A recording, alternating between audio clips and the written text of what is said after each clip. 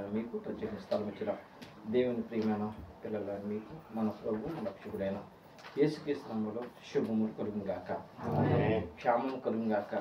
ఆమేన్. సర్వశక్తిమంతుడైన దేవుని నామానికి యుగయుగము మహిమ కలుగును గాక. ప్రభువునకు ప్రియమైన దేవుని సంగమా, మనము సిద్ధపడి ప్రార్థనలో పాల్గొని ఉన్నాం. రేపటి రోజు పరిశుద్ధ బలారం నిమిత్తము సిద్ధపడి ప్రార్థన కోరికలో మనము పాల్గొని ఉన్నాం. అంతే కదండి? ఏమన్నా అనుమానం ఉందా? దేవుడికి స్తోత్రం చేద్దామా? అయితే ప్రియమైన దేవుని సంగమా, వాక్యం ద్వారా ప్రభు మాట్లాడుతున్నప్పుడు ఏమండి, వాక్యం ద్వారా గద్దిస్తూ ఉంటాడు ఆయన. వాక్యం ఎవరిదండి? దేవుడు. వాక్యం చెప్పడానికి నుంచున్న వ్యక్తి ఎవరైతే ఉన్నారో వారు గొట్టివారు, మట్టివారు. దేవుని సంగమం ఏమండి, అలాంటి గొట్టివారిని మట్టివారిని దేవుడు నిలబెట్టుకుని ఆయన మాటలు అందించడానికి నిలబెట్టుకున్నాడు అండి. ఆయన మాటలు ప్రాముఖ్యంగా కానీ నిలబడుతున్న వారు ప్రాముఖ్యం కాదు. అలాంటప్పుడు దేవుని మాటలే దేవుడు మాట్లాడుతున్నప్పుడు ఆ మాటలు గద్దింపు ఉంటాయి. ప్రియమైన సంగమం, గద్దింపు ఉంటుంది. ఎందుకంటే ఒక మాట మీకు తెలియజేస్తాను నేను. బావి దగ్గరికి వెళ్ళి అందకపోయిన కాళ్ళు పైకెత్తి బావులోకి చూస్తూ ఉంటాడు పిల్లడు. ఒరే ఏం చేస్తున్నారా అని చెప్పి తల్లి తండ్రి పిలిచిన అనుకోండి, వాడు పరిగెత్తుకుని వస్తాడు. పిలవకపోతే కాలువ దగ్గరికి వెళ్ళి నీళ్ళు వెళ్తున్నాయి, చేపలు కొట్టుకుంటున్నాయని చూస్తూ ఉంటాడు. ఒరే ఏం చేస్తున్నారు అని చెప్పి తల్లి తండ్రి పిలిస్తే వాడు అనుకుంటాడు. లేకపోతే కష్టం. రాళ్ళు ఇసుకుతూ ఉంటారు పిల్లలు. ఒరే ఏం చేస్తున్నారా అని చెప్పి తల్లిదండ్రులు అంటారు.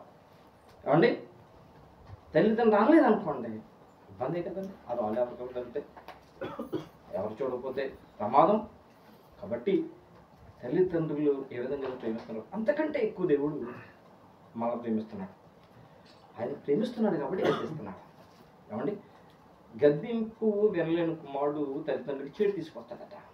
ఇశ్రాయేలు జనాంగము ఇర్మియా ప్రవక్త ద్వారా దేవుడు సెలవిచ్చిన మాటలు వినక 30 తిప్పులు పడ్డారు.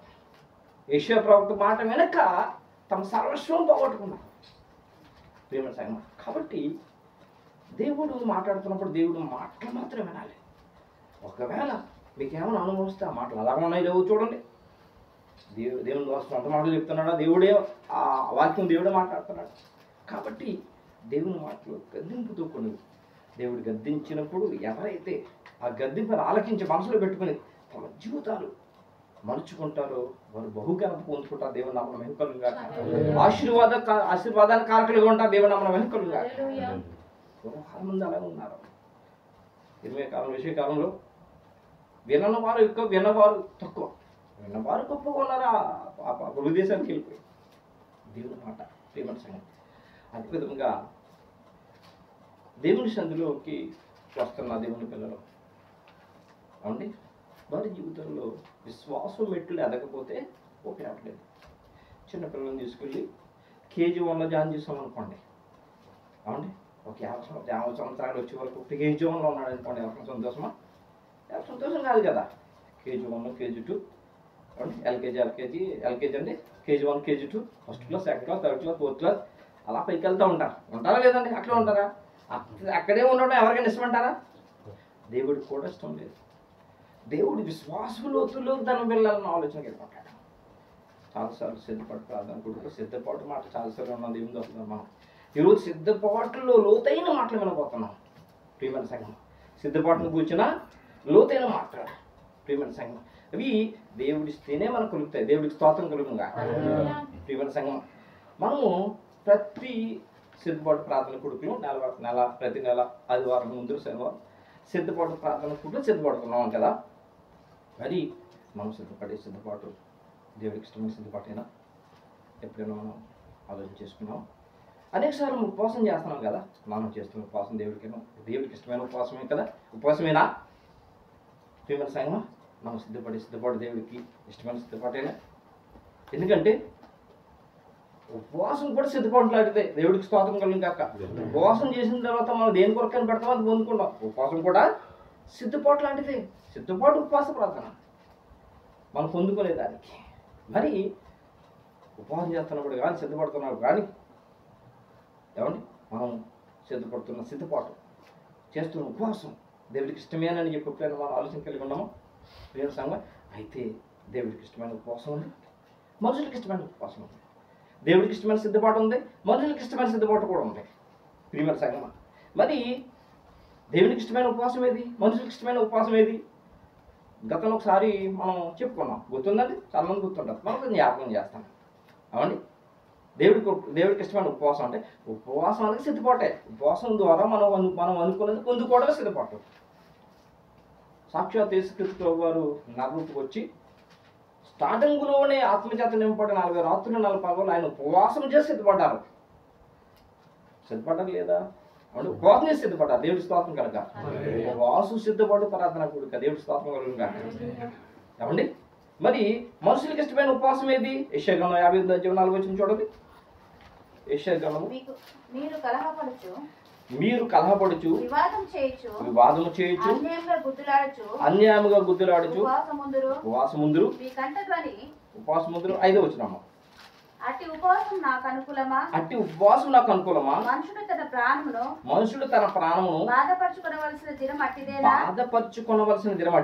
ఒకడు జమ్ము వలె తల వంచుకొని గోనెపట్ట కట్టుకొని బూడిద పరుచుకొని కూర్చుంటే ఉపవాసమా? అట్టి ఉపవాసం యెహోవాకు ప్రీతికరమని మీరు అనుకుందురా? మీరు కలహపడుచు వివాదము చేస్తూ అన్యాయముగా గుద్దులాడుచు ఉపవాసం ముందురు. గుండెల మీద చేసుకుని మనం కానీ లోకంలో ఉన్న కానీ ఉపవాసం చేసింటారు. ఏమండి, ఉపవాసం చేసినంత వరకు చాలా జాగ్రత్త. ఉపవాసం చేసిన తర్వాత ఎలా ఉంటాయి చెప్పండి? ఉపవాసం అయిపోయిన తర్వాత ఉపవాసం ముందు కలహపడుచు గుద్దులాడుచు ఒకరినొకరు తిట్టుకుంటూ ఒకరినొకరు ద్వేషిస్తూ ఇది ఆగిపోయిందా? ఉపవాసం తర్వాత ఆగిపోవాలి. ఉపవాసం ముందు ఆగిపోవాలి, ఉపవాసం తర్వాత అయిపోతుందా? ఇది మనకి ఇష్టమైన ఉపవాసం కాబట్టి కొనసాగిస్తున్నాం. ప్రియమైన సంగమా, అట్టి ఉపవాసం నాకు అనుకూలమా? అలాగే మనుషుడు తన ప్రాణాలు బాధపరచుకోవాల్సిన దినం అట్టిదేనా? ఏమండి, ఒకడు జమ్ము చెట్టుని చూసారా? జమ్ము చెట్టు అలా తాగితే వెంటనే ఇలా ముడిచిపోతాయి. ఏమండి, ముడిచిపోతాయి. గోను పెట్ట కొట్టుకుని బూడిద పూసుకుని కూర్చున్న ఉపవాసమా? అట్టి ఉపవాసం నాకు ఇష్టమా, ప్రీతికరం అనుకుంటున్నారా మీరు? ఇది మనుషులకు ఇష్టమైన ఉపవాసం. ప్రియమైన సంగమా, ఇది మనుషులకు ఇష్టం ఉపవాసం. పూర్వకాలం శాస్త్రుల పరిశీలు కూడా ప్రభుని యేసుక్రీస్తు వారి శిష్యులు అనేవారు, యేసుక్రీస్తు దగ్గర వచ్చి అనేవారు, బాధకుడా మేము ఎల్లప్పుడు ఉపవాసం ఉంటాం, మీ శిష్యులు ఉపవాసం ఉండరు. మేము ఎప్పుడు ఉపవాసం చేస్తాం, మీ శిష్యులు ఉపవాసం ఉండరు. వారి ఉపవాసం ఎలా ఉంది? ఉపవాసం కూడినా నేను ఉపవాసం అయిపోయింది కదా. కక్షలు కారుణ్యాలు, ఏమండి, ఇష్టానుసారంగా జీవించడం. అందుకే ప్రభుని యేసుక్రీస్తు ఎన్నిసార్లు శాస్త్రుల పరిశీలన గద్దించలేదు? అలాంటి ఉపవాసం నాకు ఇష్టమా? చాలా ఇష్టమా? ఏమండి, అలాంటి ఉపవాసం నాకు ఇష్టమా అని ఏమండి దేవుడు అడుగుతున్నాడు. అలాంటి సిద్ధపాటుతో కూడిన ఉపవాసం నాకు ఇష్టమా అని ప్రభు అడుగుతున్నాడు. ఏమండి, మరి ఎలాంటి ఉపవాసం, ఎలాంటి సిద్ధపాటు ప్రభుకి ఇష్టమని అంటే, ఎలాంటి ఉపవాసం అంటే 58 యెషయా గ్రంథం 7వ వచనం చూడమ్మా. నీ ఆహారం ఆకలిగొన్న వారికి పెట్టెడియు, నీ రక్త సంబంధికి ముఖము తప్పింపకుండుటయు, దిక్కుమాలిన బీదలను నీ ఇంట చేర్చుకొనుటయు, వస్త్రహీనుడు నీకు కనబడినప్పుడు వానికి వస్త్రం ఇచ్చుటయు. ఇదే కదా నాకు ఇష్టమైన ఉపవాసం. సరిపోతుంది. అంటే ఈ ఉపవాసం ప్రభు చెప్తున్న ఉపవాసంలో ఎప్పుడైనా ఎక్కడైనా దీంట్లో ఎక్కడైనా ఆహారం మానేమని, నీళ్ళు మానేమని అని చెప్పాడైనా. దేవుడికి ఇష్టమైన ఉపవాసం ఏంటంటే క్రియల ద్వారా ఎల్లప్పుడూ ఉపవాసం చేయాలి, క్రియల ద్వారా నడవడిక సరిదిద్దుకోవాలి. అలాగుంటే ఆ యొక్క ఉపవాసం దేవుడికి పనిదిగా ఉంటుందని దేవుడికి స్తోత్రం చెప్తాం. నడవడిక ద్వారా, క్రియల ద్వారా, చేసే పనుల ద్వారా ఏమండి వారి జీవితం దేవుడికి ఘనముగా ఉండాలట. అదేంటే ఉపవాసం అంట. క్రియలతో కూడిన ఉపవాసం. దేవుడికి స్తోత్రం కలుగుగాక. ఏమండి, మనిషి తన సాటి మనిషికి చేయవలసిన ధర్మం ఏదైతుందో అది ఖచ్చితంగా నడవడిక ద్వారా తీస్తేనే అలాంటిదే కదా ఉపవాస సిద్ధపాటు గురించి ప్రభు సెలవిస్తున్నాడు. కానీ లోకంలో ఉన్న వారు ఏం చేస్తారు? ప్రభుకి ఇష్టమైన ఉపవాసం కాదు, వారికి ఇష్టమైన ఉపవాసం చేస్తూ ఉంటారు. బుద్ధులాడుతుంటారు, కక్షలు కారుణ్యాలు తోసివేయటాలు, ఇష్టానుసారంగా జీవించాలి. అది ప్రభుకి ఇష్టమైన ఉపవాసం ఎలా అవుతుంది? ప్రభుకి ఇష్టమైన ఉపవాసం సిద్ధపాటు ఎలా అవుతుంది? మనుషులకు ఇష్టమైన ఉపవాసం అది. అందుకనే వారు ఏమంటారంటే ఉపవాసం చేసినప్పుడు మేము పరిశుద్ధులం అని చెప్తారు. ఎవరికైనా ధర్మం చేసినప్పుడు కానీ సాయం చేసినప్పుడు ఏమంటారు? మేము ధర్మాత్ములు అని చెప్తారు. ఏమండి? మేము నీతిమంతులు అని చెప్తారు. పలువు రాజ్యం అదే అని చెప్తారు. దేవుడికి స్తోత్రం కలుగుగా. ఏమండి? పల్లొక రాజ్యము మాదే. ఎందుకంటే మేము ఉపవాసం చేస్తున్నాం. పల్లొక రాజ్యం మాదే. ఎందుకంటే బీదలకి కనిపించేవాడు ఏవో కప్పించేవాడు అన్నాడు కదా. బీదలకు భోజనం పెడుతున్నాం, మేము చేస్తున్నాం కదా ప్రియమైన సంఘం. అలా అన్నారు. మరి అలాంటి ఉపవాసం దేవుడికి ఇష్టమా? పరిసేయుడు, ఏమండి, పరిసేయుడును సుంకరిని వాళ్ళిద్దరు దేవాలయంలో నిలబడినప్పుడు పరిసేయుడు ప్రార్థన చేస్తూ ఉన్నాడు. ఏంటట? ఎలా చేస్తున్నాడంటే పరిసేయుడు లోకసువార్త 18:11 దేవా నేను చోరులను అన్యాయస్తులను ఇతర మనుషుల వలెనైనను సుంకరి వలెనైనను ఉన్నందుకు నీకు కృతజ్ఞతాస్తుతులు చెల్లించుచున్నాను. వారమునకు 2 మారులు ఉపవాసం చేయుచు నా సంపాదన అంతటిలో 10వ వంతు చెల్లించుచున్నానని తనలో తాను ప్రార్థించుచుండెను. సరిపోతుందండి. అతను ప్రభు ఏమన్నా చెప్పండి? వారానికి 2 మార్లు ఉపవాసం చేస్తున్నాడంట, దశమాది చేస్తున్నాడంట. అతను ఏమన్నాడు? నీ ఉపవాసం చాలా బాగుంది, నువ్వు దొంజులని చెప్పాడండి? చెప్పలేదు. అది ఆయనకి ఇష్టమైన ఉపవాసం. ప్రభువు తెలీదా నువ్వు వారం 2 సార్లు ఉపవాసం ఉంటున్నావని? నీకున్న దాంట్లో పెడుతున్నావు, ప్రభువు తెలీదా? ఆయనకి అది ఉపవాసం. ప్రభువు చెప్తున్నాడు, బాబు నేను ఆయనకి ఇలా చేస్తున్నానని చెప్పి. ప్రియమైన సంఘం, ఇలాంటి వారు ఎలాంటి వారు అంటే ఉపవాసం చేసి నేను నీతిమంతుడిని, ధర్మం చేసి నేను ధర్మాత్ముడిని, పల్లొక రాజ్యం నాదే అనుకున్నవారు ఆ శాస్త్రులు, ఆ పరిశీలు లాంటి వారే. ఎలాంటి వారు అంటే ఒక సామెత ఉంది, ఇది కొంచెం కష్టంగానే ఉంటుంది కానీ భరించేది తప్పదు. మరి ఏమంటే దేవుడు ఆడుతున్న తర్వాత తెప్ప తయారయ్యేటువంటి ఈ విషయం తెలుసా మీకు? మన ఊరిలో చిన్న చిన్న రివర్స్ ఉంటాయి కదా, చిన్న కాలువలు, పెద్ద కాలువలు, ఈ పక్కన ఆ పక్కకి ఇంతకుముందు ఇప్పుడైతే స్టీములు బోట్లు వచ్చేసిన పెద్ద ఇంతకుముందు చిన్న పడవలు కట్టి అవతల పక్క తాడు ఇవతల పక్క తాడు కట్టేవారు, ఆ బోర్డు కట్టేవారు. యువతల నుంచి అవతల వెళ్ళినప్పుడు ఈ తాడు బట్టలు లాగితే అవతలకి వెళ్ళిపోయేవారు, అవతల నుంచి అవతలకు వచ్చినప్పుడు ఆ తాడు బట్టలు లాగితే అవతలకు వచ్చేసారు, దిగిపోయి వెళ్ళిపోతుండేవారు. ఏమండి? దాంట్లో కొంతమంది నా కొరకే నా పని అయిపోయింది కదా అని చెప్పి దాటేసిన తర్వాత పోసేసి వదిలిపెట్టేసాడంట. రేవు దాటిన తర్వాత తెప్ప వెళ్ళేటువంటి ఇదే అంటే నాకు మాత్రమే ఉపవాసం, నేను మాత్రమే ధర్మాత్ముడిని. దేవుడు సెలవు ఇవ్వాలి, ప్రియమైన దేవుడి సంఘం. అయితే అనుకున్నారు అదే అంటాడు ఆయన, సిద్ధపాటు కానీ ఉపవాసం కానీ దేవుడికి ఇష్టమైన ఉపవాసం, దేవుడికి ఇష్టమైన సిద్ధపాటు ఏది? సరైన సిద్ధపాటేనా? సిద్ధపాటు అనగా పరలోకం ఉందన్న దేవుడి దగ్గర నుంచి ప్రతిఫలం కోరుకునేది సిద్ధపాటు. దేవుడికి స్తోత్రం పరంగా మనం అందరం కూడా పని చేస్తున్నాం కదండి. మన యజమాని దగ్గర మనం అందరం కూడా పని చేస్తున్నాం. ఎందుకు పని చేస్తున్నాం చెప్పండి? ఎందుకు పని చేస్తున్నాం? డబ్బుల కోసం, జీతం కోసం, అంతే కదండి. జీతం ఒక యజమాని దగ్గర పని చేస్తామా? మరి మన యజమానుల దగ్గరికి వెళ్ళినప్పుడు మనం ఎంత అనుకుంటామండి? ఇంట్లో భార్య మీద కేకలేస్తాం, పిల్లల మీద కేకలేస్తాం, బాగా ఇష్టమైతే స్నేహితుల మీద కేకలేస్తాం, పక్కన మీద కూడా కేకలేస్తాం. మన బాస్ దగ్గర కేకలేస్తామా? ఎందుకేమో చెప్పండి? ఎందుకేమో జీతం ఇస్తాడండి.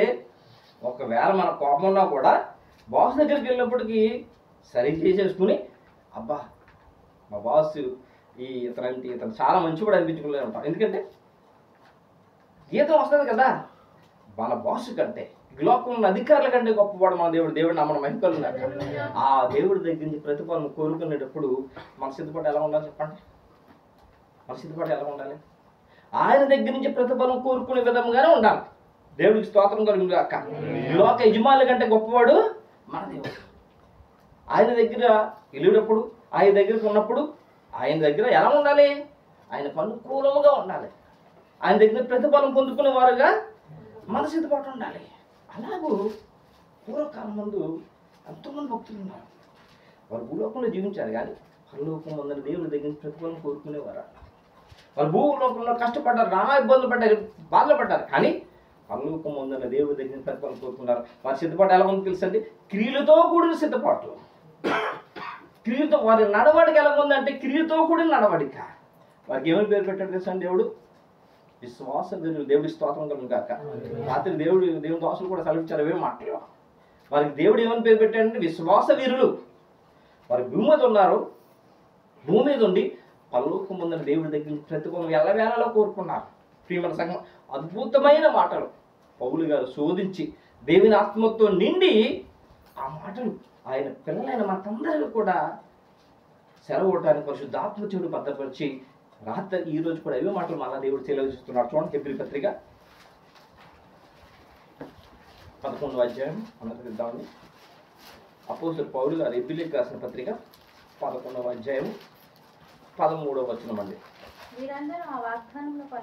వీరందరూ ఆ వాగ్దాన ఫలము అనుభవింపకపోయినను దూరం నుండి చూచి వందనము చేసి తాము భూమి మీద పరదేశులమును యాత్రికులమై ఉన్నామని ఒప్పుకొని విశ్వాసం గలవారే.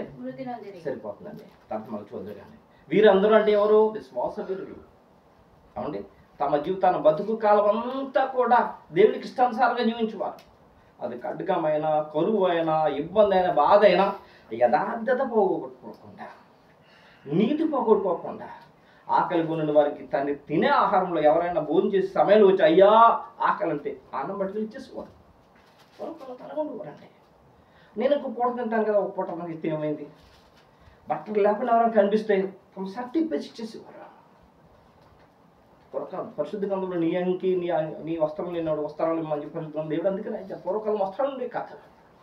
వాళ్ళు కష్టపడుతూనే వాళ్ళకున్న ముద్దలు ఇంకొక ముద్ద, ఒక పూట తిని ఒక పూట వాళ్ళకి ఇచ్చేసేవారు. వీరందరూ కూడా క్రియల ద్వారా దేవుడికి ఇష్టమైన సిద్ధపాటు గల ఉపవాసం చేశారు. దేవుడికి స్తోత్రం కాక వారి జీవితాంతకాలం కూడా చేశారు. వారంట ఆ వాగ్దాన ఫలం అనుభవింపకపోయినను పరలోక రాజ్యములో దేవుడిచ్చే గొప్ప ఆ దేశంలో ఉండి సర్వసంపదలు అనుభవింపక ముందే భూమి మీద ఉండి దాని కొరకు ఎదురు చూసి మృతులుంటారట. బా, ఎంత గొప్ప విశ్వాసం ఉండాలి, ఎంత గొప్ప సిద్ధపాటు వాళ్ళు చూడండి. ఏదో ఒక రోజు ఆ పరిశుద్ధ పట్టణం నేను చేరుకుంటాను అని చెప్పి ఏమండి వారి జీవితాంత కాలం కూడా అబ్రహాము ఇసాకు యాకోబులు అయితే ఈ ప్రదేశం నుంచి ఆ ప్రదేశం నుంచి ఇంకో ప్రదేశానికి తన గుడాలను పట్టుకుని వేసుకుని ప్రభు మాట కొరకు జీవిస్తూ బతికారు. అలాగే చాలామంది ఉన్నారు. వాళ్ళు ఎలాట ఒప్పుకొని యాత్రికులు, ఈ దేశంలో పరదేశము యాత్రికము, మేము ఈ దేశంలో ఉన్నాం, ఇది పరదేశము, ఇది మా దేశం కాదు, కొంతకాలం ఉండి మా దేశం వెళ్ళిపోతామని చెప్పి ఏమండి విశ్వాసం గలవారే వారి జీవితం చాలించేశారట. ఏమండి వారి గురించి సాక్షిస్తూ 14 వచ్చిన ఏమంటారంటే ఇలాగూ చెప్పువారు తమ స్వదేశమును వెతుకుచున్నామని విసిదపరచుచున్నారు కదా. మంచి వాక్యం. ఇలాగూ చెప్పువారు, ఎలాగైతే మేము పరదేశము యాత్రికులమై ఉన్నాము, ఆ పరలోకం మా దేశము, ఆ దేవుడిచ్చే గొప్ప దేశం కొరకు ఈ దేశంలో ఎన్ని కష్టాలైనా సరే పడి దేవుని యొక్క ఇష్టాన్ని నెరవేర్చి ఆ దేశంలోకి మేము వెళ్ళిపోవాలని చెప్పి ఎవరైతే చూస్తున్నారో వారట ఏంటంటే స్వదేశంలో వెతుకుచున్నారు వారు కాదా. స్వదేశం, మన దేశం ఏ దేశం అంటే భారతదేశం మన స్వదేశం. అలాగే మన లోకంలో ఉన్న వారు అందరూ కూడా స్వదేశం ఉంది. అదేంటది? పరలోకము. దేవుడి స్తోత్రం కలుగుగాక. ఏమండి విశుద్ధపరచుచున్నారు కారా, తెలియజేయట్లేదా? 16వ వచనం. అయితే వారు మరీ శ్రేష్టమైన దేశమును అనగా పరలోక సంబంధమైన దేశమును కోరుచున్నారు. అందుచేత తాను వారి దేవుడిని అనిపించుకున్నట్టుకు దేవుడు వారిని గూర్చి సిగ్గుపడడు. అనగా ఆయన వారి కొరకు ఒక పట్టణము సిద్ధపరచున్నాడు. దేవుడికి స్తోత్రం కలుగుగాక. వారి ఆశయం భంగం కాలేదు, వారి నిరాశ కాలేదు, వారి ఆశీర్వాదం కాలేదు. వారు దేని కొరకు ఎదురు చూసి శ్రమపడి ఇబ్బంది బాధపడినా సరే యథార్థంగా పరిశుద్ధంగా జీవించి క్రియల ద్వారా వారికి దేవుని కొనియాడి ఏ దేశం కొరకైతే ఎదురు చూశారో ఆ దేశం అంటే ప్రియమైన సంగమా, ఆ దేశానికి వారు వారసులుగాను వారికి దేవుడుగాను ఉండటానికి దేవుడు సిగ్గుపడలేదట. దేవుడికి స్తోత్రం కలుగుగాక. అంతేకాకుండా వారి కొరకు ఒక పట్టణం ఏం చేశాడట? సిద్ధపరిశీలించాడట. దేవుడు నామమున మహిమ కలుగుగాక. క్రియల ద్వారా విశ్వాసం, క్రియల ద్వారా అంటే సిద్ధపాటు, వారి యొక్క జీవితాంతం కూడా సిద్ధపాటు కలిగి ఉన్నారు. భూలోకం నుండి పరలోకం కొరకు. దేవుడికి స్తోత్రం కలుగుగాక. ఏమండి, ఎల్లప్పుడూ దేవునికి నడవడికలోను జీవించే జీవితంలోను వారు చక్కటి విశ్వాసం గల సిద్ధపాటు కలిగి ఉన్నారు. వారి గురించి సాక్ష్యం ఇస్తూ మరలా దేవుడు వాళ్ళని జ్ఞాపకం చేస్తున్నాడు. ఎందుకంటే వాళ్ళ నడవడిక వారి జీవితాలు ఉందట. దేవుడికి ఇంపైన ఉపవాసం ఉంది, ఇంపైన ఉపవాసం గల సిద్ధపాటు ఉంది. దేవుడికి స్తోత్రం కలుగుగాక. ఇలాగూ విశ్వాసం ఇంకొక వ్యక్తి ఉన్నాడు, ఒక భక్తుడు ఉన్నాడు. ఈయన విశ్వాసులకే విశ్వాసుడు. దేవుడికి స్తోత్రం కలుగుగాక. ఆ వ్యక్తిని చూపించి ముగించేస్తానండి. ఈయన విశ్వాసం, ఈయన యొక్క సిద్ధపాటును చూసి సాక్షాత్తు దేవుడు సర్టిఫికేట్ ఇచ్చేసాడు. బా, ఎంత గొప్ప సిద్ధపాటు అంటే విశ్వాసులు వీరులకే విశ్వాస వీరుడు. దేవుడు నామమున మహిమ కలుగుగాక. ఈయన సిద్ధపాటును చూసి దేవుడు ఏం చేశాడంటే మంచి సర్టిఫికెట్, ఇలాంటి వ్యక్తి లోకంలో ఎక్కడ లేని చేసిన సర్టిఫికెట్. ఆ విషయం చూసి మనం ముందు చేసుకుందాం. చూడండి, యోబు గ్రంథము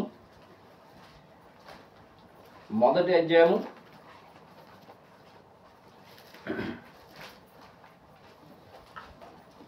1 నుంచి 8 వచనం చదవండి. ఊజు దేశమందు యోబు అను ఒక మనుషుడు ఉండెను. ఊజు దేశమందు యోబు అను ఒక మనుషుడు ఉండెను. అతడు యథార్థవంతుడు, న్యాయవంతుడై దేవుని యందు భయభక్తులు కలిగి చరిత్రను విసర్జించిన వాడు. అతనికి 7 కుమారులను 3 కుమార్తెలను కలిగి అతనికి 7,000 గొర్రెలను 3,000 ఒంటెలను 500 జతల ఎడ్లను 500 ఆడు గాడిదలను కలిగి బహుమంది పనివారును అతనికి ఆస్తిగా ఉండెను. కనుక తూర్పు దిక్కు జనులందరిలో అతడే గొప్పవాడు ఉండెను. అతని కుమారులందరూ వంతులు చొప్పున అనుదినం ఒకరొకరు తమ తమ ఇళ్లలో విందు చేయునై కూడినప్పుడు తమ ముగ్గురు అక్కా చెల్లెళ్ళు తమతో కలిసి అన్నపానములు పుచ్చుకొనవలెనని వారిని పిలిపించుచు వచ్చారు. వారు వారి విందు దినములు పూర్తి కాక యోబు తన కుమారులు పాపం చేసి తమ హృదయములలో దేవుని దూషించరేమో అని వారిని పిలువనంపించి వారిని పవిత్రపరిచి అరుణోదయము లేచి వారిలో ఒక్కొక్క నిమిత్తమై దహన బలి నర్పించి వచ్చెను. యోబు నిత్యం అలాగు చేయుచుండెను.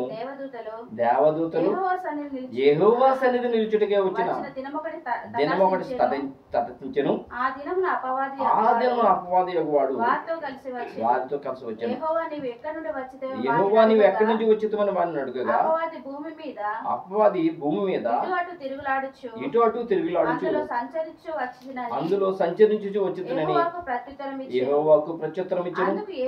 అందుకు యెహోవా నీవు నా సేవకుడైన యోబు సంగతి ఆలోచించదవా? అతడు యథార్థవంతుడు న్యాయవంతుడై దేవుని యందు భయభక్తులు కలిగి చెడుతనమును విసర్జించిన వాడు. భూమి మీద అతని వంటి వాడెవడును దేవుడికి స్తోత్రం చెప్దామా? అందుకు యెహోవా ఏమంటాడంటే భూమి మీద అతని వంటి వాడు ఎవడునూ లేడట. ఎవరు ఉన్నారంటారా? ఉండి చెప్తారు కదైనా. యోబు గారు లాంటి వాడు ఎవడునూ లేడట. యోబుకి 3 స్నేహితులు ఉన్నారు. వారు కూడా ఇంత సమకాలికలే. వారు కూడా గొప్ప గొప్ప విషయాలు చెప్పారు. వారి పేరు కూడా దేవుడు తీసుకురావట్లేదు, వారి పస్తాలు కూడా తీసుకురావట్లేదు. కానీ దేవుడు యోబును ఒక్కడే చెప్తున్నాడు, అలాంటి వాడు ఎవడునూ లేడంట. ఒక్కడే ఉన్నాడు. ప్రపంచం అంతా వెతికితే ఒక్కడే ఉన్నాడు. గొప్ప సిద్ధపాటు కలిగిన వాడు. ఎక్కడంటే భూమి మీద ఉన్నవాడు ఎక్కడో మహాకాశం, భూమి మీద నుండి ఆకాశం మనుషులు ఎవరు ప్రయాణం చేయని కొన్ని కోట్ల లైట్ దూరంలో ఉన్న భూమండల పైన మహోన్నతుడే పరలోకములో అత్యున్నతమైన మహిమ గల సింహాసనం మీద ఆసనైన దేవుడు మనస్సులో ఉన్నాడు. దేవుడికి స్తోత్రం కలుగుగా. ఏమండి, ఆ వ్యక్తిని గురించి ఆయన సర్టిఫికేట్ చేస్తూ ఇలాంటి వాడు భూలోకంలో ఎవడూ లేడు. ప్రియమైన సంఘం, ఉపవాసం చేసినప్పుడు కానీ సిద్ధపాటు చేసినప్పుడు కానీ మనకిష్టమైన సిద్ధపాటు కానీ మనకిష్టమైన ఉపవాసం కాదు చేయవలసింది. పరలోకమందున దేవునికి ఇష్టమైన ఉపవాసం, పరలోకమందు దేవునికి ఇష్టమైన సిద్ధపాటు చేయాలి. నేను చేసే సిద్ధపాటు, నేను చేసే ఉపవాసము దేవుడికి అంగీకారమేనా? ఆయన అంగీకరిస్తున్నాడా? ఆయన ఇష్టపడుతున్నాడా అని ఆలోచించి చేసేదే సిద్ధపాటు, ఆలోచించి చేసేది ఉపవాసం. దేవుడికి ఒక ఆలోచన ఉందండి, ఒక తలంపు ఉంది. ఆయన తలంపు ప్రకారం సిద్ధపడాలి, అంత తలంపు ప్రకారం ఉపవాసం ఉండాలి. అవునండి, మీ ఆలోచనలు నా ఆలోచన వంటివా? దేవుడికి స్తోత్రం కలుగును గాక. ఆయనకి ఇష్టమైన సిద్ధపాటును ఉపవాసం చేయాలి. ఆయనకి ఇష్టమైన సిద్ధపాటు కలగాలి. ఆయన సిద్ధపాటు అనబడిన నడవడికి భూమి మీద కలిగి ఉండాలి. అలాగే ఉన్నాడట ఎవరు? యోబు. అందుకని భూమి మీద ఎవరు లేరని చెప్పేశాడు ఆయన. లోకమంతా తిరిగి వచ్చింది ఆ సాతాను అతను అడుగుతున్నాడు, భూమి మీద ఎవరు లేరు, నా దాసుడు ఒక్కడే సిద్ధపాటు కలిగి ఉన్నాడు. అందుకని దేవుడు ఏం చేశాడు తెలుసా అండి? యోబుని బహుగా ఆశీర్వదించాడు. దేవుడికి స్తోత్రం కలుగును గాక. వాళ్ళ ఇష్టాన్ని ఎందుకు చదువుకున్నాం అంటే దేవుడిచ్చిన గొప్ప స్థితి, దేవుడిచ్చిన గొప్ప ఆశీర్వాదం. ప్రియమైన సంగమం, గొప్ప ఆశీర్వాదం, గొప్ప స్థితి.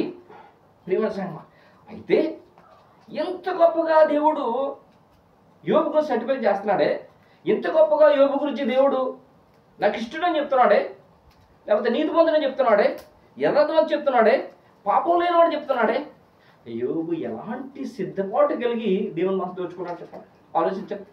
ఎలాంటి సిద్ధపాటు కలిగి దేవుని మనసు దోచుకున్నాడు, దేవుని స్థానం సంపాదించుకున్నాడు, దేవునికి ప్రియమైన వాడిగా లోకంలో ఒక్కడిగా దేవుడి చేత పిలువబడుతున్నాడు. దేవుడికి స్తోత్రం కలుగును గాక. ఎలాగ సంపాదించుకున్నాడంటే యోబుకి సిద్ధపాటు గురించి మనం మాట్లాడుకుని ముందు చేసుకున్నాం. యోబు సిద్ధపాటు ఎంత గొప్ప సిద్ధపాటు ఏమండి ప్రియమైన సంగమం. ఈ మాటలు దేవుడు అని యెహోవా యోబు గురించి సర్టిఫై చేసిన తర్వాత దేవుడు అని యెహోవా ఏమండి దేవుని బైబిల్ కలిగిన వాడు, చరిత్రను విసర్జించిన వాడు ఏమండి అలాంటి వాడు భూమి మీద లేదని చెప్పిన తర్వాత కూడా యోబు తన గురించి తను ఏమనుకుంటాడు, తన యొక్క సిద్ధపాటు ఎలాగుందో ఆ యోబు గారే చెప్తున్నారు. యోబు గ్రంథం 14వ అధ్యాయం ఆలోచించండి, ఆ సిద్ధపాటు ఎలాగుందో. పాపసహితునిలో నుండి పాపరహితుడు పుట్టగలిగిన ఎంత మేలు, అలాగున ఎవడును పుట్టనేరాడు. సరిపోతుందండి. యోబు గారు చెప్తూ ఉన్నారు. యోబు గారు తన జీవితం గురించి ఒక సర్టిఫికెట్ ఇస్తూ ఉన్నారు. తన జీవితం ఎలాంటిదో చెప్తున్నారు. ఏమండి దేవుని దృష్టికి నేను ఎలా ఉన్నానో చెప్తున్నాడు ఆయన. ఏమన్నాడంటే పాప సహితునిలో నుండి, అనగా పాప స్వభావం గల మనుషుల్లో నుండి, పాపము జీవిత గల మనుషుల నుండి ఏమండి పాపరహితుడు పుట్టగలిగిన ఎంత మేలు, పాపము లేని వాడుగా పరిశుద్ధుడిగా ఉంటే ఎంత మేలు. ప్రియమైన సంగమా, అలాగూ ఎవడును పుట్టనేడాడు. ఏమండి అలాగూ పాపము లేనివాడు ఎవడునూ లేడట. ప్రియమైన సంగమా, అంటే దేవుని ఎదుట ఎవరును సంపూర్ణంగా పాపరహితుడు కాలేరని ఏమండి యోబు ఆయన ఏమన్నాడంటే నేను పాపము లేని వాడని చెప్పుకోవట్లేదు. దేవుడు సర్టిఫై చేస్తున్నాడు అతను నీతిమంతుడని, యథార్థవంతుడని, పరిశుద్ధుడని, చెడుదనం అసహించుకున్నవాడని. ఎవరు? దేవుడు. కానీ యోబు ఏమనుకుంటున్నాడు? నేను పాపపు స్వభావం గల వాడిని, నేను పాపని, ఏ పాటి వాడిని. ఆలోచించేయండి ఎలా ఉందో. అంటే యోబు ఏమనుకుంటున్నాడు? ఏమండి నేను పాపం లేనివాడిని అని చెప్పుకోవట్లేదు, నేను పాపనని చెప్పుకుంటున్నాడు. ప్రియమైన సంగమం, అయినా నేను పాపనని చెప్పుకుంటున్నాడు. చూడండి ఆ తర్వాత యోబు గారు ఉన్నారు 7వ అధ్యాయం రోడ్లు ఆయన ఏం చెప్పుకున్నాడు చూడండి. యోబు గ్రంథం 7వ అధ్యాయం 2వ వచనంలో నీవేళ నా అతిక్రమమును పరిహరింపవు, దా దోషములేలా క్షమింపవు, నేనిప్పుడు మంటిలో పండుకునేదను, నీవు నన్ను జాగ్రత్తగా వెతుకుదవు గాని నేను లేకపోయేది. నీవేళ నా అతిక్రమమును పరిహరింపవు. యోబు గారు అనుకున్న మాటలంటే ఏమండి నీవేళ నా దోషము నీవేళ క్షమింపవు. యోబు దృష్టికి యోబు ఎలా ఉన్నాడంటే నేను దోషం, నేను పాపని, ఏమో ప్రభా అలా ఉంటూ ఉన్నాడు. దేవుడు పని చేస్తాడు. ఎందుకు అలా అనుకుంటాడు యోబు? అసలు కారణం ఏంటి? కారణం ఉందా అసలు అని అంటే అపోస్తలుడు పౌలు గారు రోమీయులకు రాసిన పత్రిక విషయం తెలియజేస్తాడు. అపోస్తలుడు పౌలు గారు రోమీయులకు రాసిన పత్రిక 5వ అధ్యాయం 12వ వచనం. ఇట్లుండగా ఒక మనుషుని ద్వారా పాపమును పాపం ద్వారా మరణమును లోకములు ఎలాగూ ప్రవేశించును, అలాగుననే మనుషులందరూ పాపము చేసినందున మరణం అందరికీ సంప్రాప్తమాయెను. ఏంటండి, ఒక మనుషుని ద్వారా పాపం ద్వారా మరణము లోకములోనికి ఎలాగూ ప్రవేశించను, అలాగనే మనుషులందరూ పాపము చేసినందున మరణం అందరికీ సంప్రాప్తమాయను. ఏదో నీ తోటలో వెళ్ళిపోయిన ఆదాము దగ్గరికి వెళ్ళిపోయి ఎవరో పలుగా ఏమండి ఒక మనుషుని ద్వారా పాపము. ఏం పాపం చేశాడైనా రాత్రి అదే జ్ఞాపకం చేసుకున్నాం. దేవుడు చేయొద్దని చేశాడు. అతిక్రమం లేక అవిధేయత. అవిధేయత అనే పాపం వద్దలో వచ్చింది. అంతకుముందు దేవుడు మనుషులు చేసినప్పుడు మరి మరణిస్తారనే మాట ఆయన దగ్గర లేదు. నిత్యము జీవిస్తాను ఆయనతో పాటు అనే విధంగా ఆయన మనుషులు చేశాడు. ఆయన మరణము రాయలేదు దేవుడు, కానీ మనిషి తెచ్చుకున్నాడు అవిధేయత ద్వారా మరణాన్ని. ప్రియమైన సంఘం ఏమండి, అందుకనే ఆదాము నుండి మోషే వరకు కూడా మరణం మనిషిని వెళ్ళిందట అవిధేయతను బట్టి. ఆ విషయం చూడండి, రోమీయుల రాసిన పత్రిక 5:14. ఆయనను ఆదాము చేసిన అతిక్రమణ బోలి పాపము చేయని వారి మీద కూడా ఆదాము మొదలుకొని మోషే వరకు మరణము వేలిన ఆదాము మొదలుకొని మోషే వరకు కూడా. అంటే ఏదో ఒక సమయంలో ఏదో అనుకోని విధంగానైనా కూడా చిన్న పొరపాటు అయినా వారు చేస్తున్నారు, చిన్న తప్పుదమైనా చేస్తున్నారు. మోషేను కనాను దేశం ఎందుకు చూడడం లేదైనా జ్ఞాపకం చేసుకోండి అండి. మోషేను కనాను దేశం కనాను దేశంలో ప్రవేశింప చేయలేదు అండి. ఆయన అన్నాడు, చూడు మీ పితరులకు నేస్తున్న దేశాన్ని చూడమని చెప్పి అండి. కనాను ఆ యొక్క మోయాబు సరిహద్దుల్లో అవును ఏ కొండది, నెబో కొండ మీద నువ్వు మరణం అవుతున్నావు. ఎందుకు అని అంటే, నేను చేయమన్నది చేయక నన్ను ఎదిరించావు. బండతో మాట్లాడమంటే బండ ఏం చేశాడు? ఆయన కొట్టాడు. అవధేత, ఏదో ఒక అవధేత మనకు ఏ అర్థం ఉంది కాబట్టి మరణం ఏమైందట, అందరికీ సంతృప్తమైంది. అందరూ కూడా పాపం చేస్తున్నారా? ఆ విషయాన్ని జ్ఞాపకం చేసుకుని అవునండి, మనుషుడు దేవుడి దృష్టికి పరిశుద్ధుడు ఎలా కావద్దుడు యోగుతంలో రాయబడి ప్రియమ అంటున్నాడు, నీవేళ నా అతిక్రమను పరిహరింపవు, ఏమండి నా దోషం నీవేళ క్షమింపు. ఆ పాపంతో దోషంతో నేను మంటలోకి వెళ్ళిపోతాను కదా ప్రభువా, నువ్వు క్షమించకపోతే. యోగు తన దృష్టికి ఎలా ఉన్నాడంటే నేను పవిత్రుడు కాను అని విధంగా ఉన్నాడు. ఎందుకంటే ప్రియమైన సంగమా, నేను పరిశుద్ధుని నీతిమంతుని గొప్పమని అనుకున్నాం అనుకోండి, ఎదరోళ్ళకి కేకలేస్తాం. ఏమండి ఎదరోళ్ళకి కేకలేస్తాం, ఎదరోళ్ళు తప్పులు ఎదుగుతాం. నేను కూడా పాపని అనుకుని చూడండి, ఎదరోళ్ళు పాపాలు మనం చూడం. ఏమండి నేను అపవిత్రం అనుకుని చూడండి, ఎదరోళ్ళు అపవిత్రులు మనం చూడం. నా పాపం పోగొట్టుకోవడానికి ప్రయత్నం చేస్తూ ఉంటాం, నా అతిక్రమం పోగొట్టుకోవడానికి ప్రయత్నం చేస్తాం. దేవుడి దగ్గర మొరపెట్టుకున్న ప్రభువా నా పాపం నా మీద తీసివేయాలి చెప్పి. ఎప్పుడైతే నేను నీతి పొంది నేను గొప్పవాడిని అనుకున్నాను అనుకోండి, అందరూ వాళ్ళు తప్పులు ఎదుగుతూ ఉంటారు. యోగు గారు ఏం చేస్తాడో తెలుసు అండి, దేవుడి దృష్టికి తగ్గించుకుని ప్రభువా నువ్వు గొప్పవాడిని నేను పాటువాడిని. ఏమండి నా అతిక్రమం పరిహరించి ప్రభువా, నా దోషం క్షమించి ప్రభువా. ఇది యోగు గారి సిద్ధపాటు. భూమి మీద అంచుకరణలో కడవకరణం వల్ల అందరూ కూడా ఇదే చేయవలసింది. యోగు గారు చేయవలసిందే. ప్రభు దగ్గరికి వెళ్ళే వరకు కూడా ఆయన దయచేసి పరలోకం ఇచ్చాడనుకోండి, దేవుడికి స్తోత్రం కలుగును గాక. హల్లెలూయా. అయితే మనిషి మనకు తగ్గించుకోవాలి. పరిశుద్ధ ప్రార్థన చేస్తూ నేను నీతిమంతుడని చెప్పుకున్నాడు. నువ్వు కాదు నీతిమంతుడు, ఎవరు పాపములు ఒప్పుకున్నవా నీతిమంతుడు అన్నాడా లేడా? అన్నాడండి. దేవుడికి స్తోత్రం కలుగును గాక. సామెతలు 28:13 అంటున్నాడు కదా, అతిక్రమములు దాచిపెట్టువాడు వర్ధిల్లుడు. సామెతలు 28:13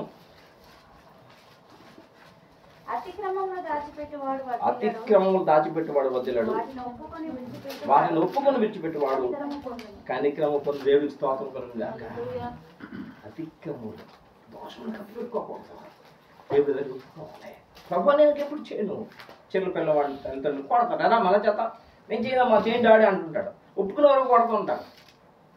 తప్పు చేసిన అలా చేసినా కూడా మళ్ళీ చేయండి డాడీ అంటాడు. చేయనప్పుడు ఏం చేస్తాం? వదిలేస్తాం కదండి. దేవుడు కూడా అంతే. ఏమండి ఏం చేస్తాడట? కనిక్రమ పొందుతాడ. దేవుడికి స్తోత్రం కలుగును గాక. కీర్తన కాడు దావీదు కూడా అది అంటున్నాడు. చూడండి కీర్తన 32:5 అది వచ్చిందో నా దోషమును కప్పుకొనక నీ ఎదుట నా పాపమును ఒప్పుకుంటుని యెహోవా సన్నిధిని నా అతిక్రమములు ఒప్పుకొను అనుకుంటుని నీవు నా పాప దోషం పరిహరించి ఉన్నావు. దేవుడికి స్తోత్రం కలుగాక. నా దోషమును కప్పుకొనక నీ ఎదుట నా పాపమును ఒప్పుకుంటుని. యోధా ఇశ్రాయేలు దేశాన్ని పరిపాలిస్తున్న రాజు అంటున్నాడు దేవుని దగ్గరికి వెళ్ళి. ఇది ప్రేమ సంగమ. రాబోయే కాలంలో లోకంలో ఉన్న వాళ్ళందరూ కూడా దావీదు రాజు చేసిన ప్రార్థన ఎలా ఉందని చెప్పుకుంటారు లేదా? కానీ దేవుడు దగ్గర తన ఎక్కువ హృదయాన్ని కుమ్మరిస్తున్నాడు. బయట ఎవరైనా చెప్పుకోని అతనికి ఏంటి, నీకేంటి నాకేంటి, బయట ఎవరైనా చెప్పుకోని నా దేవుడు కొన్నించాలి, మీ దేవుడు మమ్మల్ని కొన్నించాలి, నా దేవుడు మనల్ని. దేవుడికి స్తోత్రం కలుగును గాక. యోబుని గురించి చాలా గొప్పగా దేవుడు చెప్పుకుంటున్నాడు ప్రేమ సంగమ. కానీ యోబు ఎలా ఉన్నాడు? ప్రభు దృష్టికి యోబు కూడా ఏం చేస్తున్నాడో తెలుసా అండి? తన పిల్లల నిమిత్తం ప్రతిరోజు ఏం చేస్తున్నాడట? దేవుడికి స్తోత్రం కలుగును గాక. ప్రతిరోజు ఏం చేస్తున్నాడంటే తన పిల్లల కొరకు దహన బలి అర్పిస్తున్నాడట. 51 అధ్యాయం 15 వచనం అదే దహన బలి అర్పిస్తున్నాడు యోబు. అవండి, అయితే దహన బలికి సమానమైన బలి పరిశుద్ధాత్మ ద్వారా దేవుడు తన దోష నింపు మాట్లాడుతాడు. చూడండి, యోబు విరిగిన మనసే దేవునికి ఇష్టమైన బలి. దేవా విరిగి నలిగిన ఉదయము నువ్వు అలక్ష్యం చేసి సరిపోతుందంటే యోబు గారు ఉదయం లేచి సాయంత్రం వరకు కూడా మధ్యాహ్నం వరకు కూడా తన పిల్లలు తన మనసులోనైనా పాపం చేసి దేవుడు దూషించారేమో, దేవుడు కోపం వారికి వస్తుంది, నా కుటుంబం మీదకి వస్తుంది, దేవుడు ఆశీర్వాదం నడుస్తున్నాయని చెప్పి ప్రతి తెల్లవారుజామున పొద్దు పొడక ముందే లేచి వరకు దహన బలి పెడుతున్నాడట. అంత మనం అర్పించకపోయినా ప్రేమ సంగమ మనల్ని ఏం చేయమంటున్నాడంటే విరిగి నలిగిన హృదయంతో. ప్రేమ సంగమ విరిగిపోయింది ఈ లోకంలో ఎవరికి అవసరం లేదు. పాలు ఇరిగిపోతే ఎవరికి కావాలా? ఇరిగిపోయిన పాలు అమ్ముతామంటే ఎవరు కొనుక్కుంటారా? ఎవరు కొనుక్కోరు. పగిలిపోయిన ఏమైనా వస్తువు అమ్ముతానంటే ఎవరు కొనుక్కుంటారా? ఎవరు కొనుక్కోరు. కానీ విరిగిన నలిగిన లాంటి మనుషుల్ని దేవుడు అంగీకరిస్తారు. దేవుడి స్తోత్రం కలుగును గాక. అలాగే విరిగి నలిగిన మనసుతో ఎవరైతే ఉంటారో అది దేవుడికి ఏమండి బలి అంట. దేవుడికి స్తోత్రం కలుగును గాక. ఈ అంత్యకాలంలో కలర్ కాలంలో లేక త్వరలో ప్రభు రానున్న సమయంలో మరి ఇలాంటి మనసుతో విరిగి నలిగిన హృదయంతో దేవుడికి ఎల్లవేళలా ఆయన దహన బలి అర్పించే వాళ్ళగా తన పిల్లలు ఉండాలని కోరుకుంటున్నాడు. కాబట్టి ఈ సరైన సిద్ధపాటు నడవడికతో కూడిన సిద్ధపాటు, ఇలాంటి సిద్ధపాటు పూర్వకాలం ముందు విశ్వాస వీరులు ఉన్నారు.